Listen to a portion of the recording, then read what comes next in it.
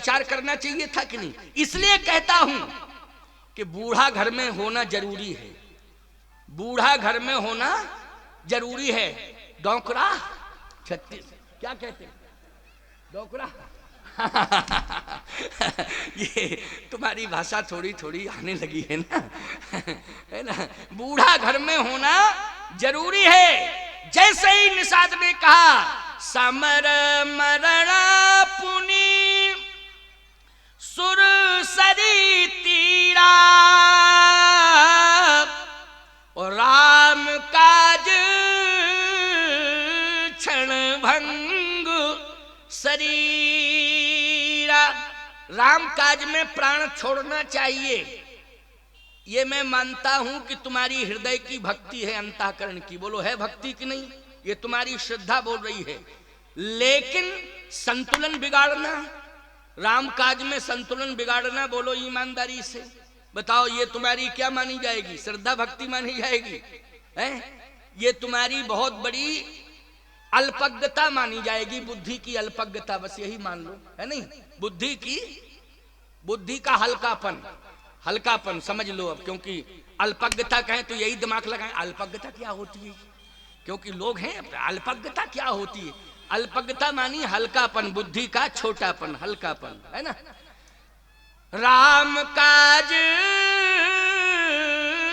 क्षण भंग शरीरा तजहु प्राण रघुनाथ होने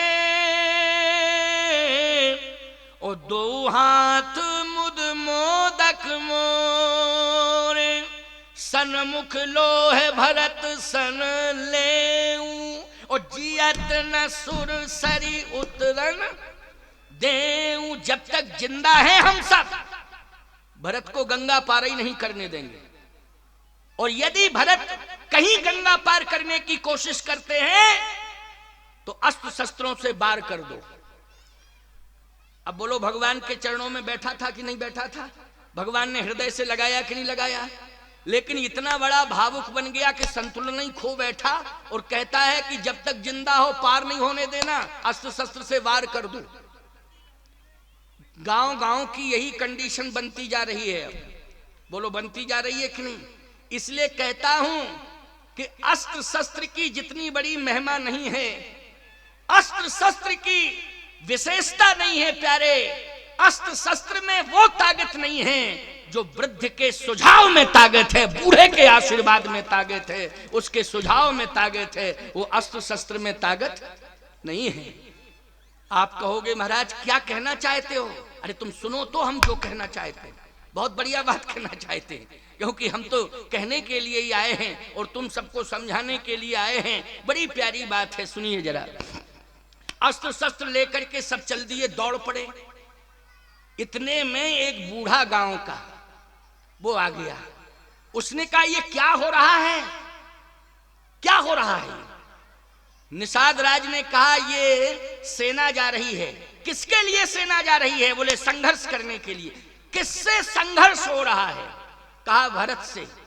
भरत से क्यों, इसलिए कि भरत सेना लेकर के जा रहे हैं, राम जी पर वार करना चाहते हैं। उस बूढ़े ने कहा ये बताओ कहा किसने, ये कहा किसने कि भरत संघर्ष करने जा रहे हैं, भरत लड़ाई करने जा रहे हैं, झगड़ा करने जा रहे हैं, ये कहा किसने, जल्दी बताओ। कहे गांव का एक कह गया। अरे गांव का कह गया है, लेकिन आपको तो विचार करना चाहिए था। क्या विचार करना चाहिए। उस बूढ़े ने कहा हमारी बात मानो तो मैं बताऊंगा। लेकिन राम भक्ति का इतना बड़ा प्रभाव था कि सत्संग सुनने का इतना बड़ा प्रभाव था कि बूढ़े की बात सुनने को तैयार हो गया निषाद।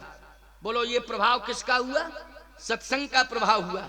आज कभी किसी गांव में ये कंडीशन आएगी, आज कभी किसी गांव में ये कंडीशन आएगी तो ईमानदारी से बताओ, आज कथा कोई नौजवान सुन रहा होगा मेरी, तो शायद संघर्ष करने के पहले ये बात, ये शब्द उसके कान में पड़ जाए, या उसके हृदय में बैठा हुआ शब्द उसे प्रेरित करने लग जाए कि संघर्ष करने के पहले हमें बूढ़े की बात सुन लेना चाहिए कि आखिर बूढ़ा कह क्या रहा है। बोलो भाई, शायद ये राम कथा का शब्द उसके कान में पड़ जाए या उसके हृदय में आ जाए, वो प्रेरित हृदय में रखा हो, प्रेरित करने लगे उसे कि सुनो सुनो सुनो सुनो। आज राम जी के द्वारा दिए हुए संस्कार, भगवान के दर्शन का ये प्रभाव कि बूढ़े ने कहा कि रुको रुको, अभी हमारी बात मानो। क्या माने बात? मेरा अनुभव कह रहा है। क्या? बूढ़े की कही सगुन बिचारी,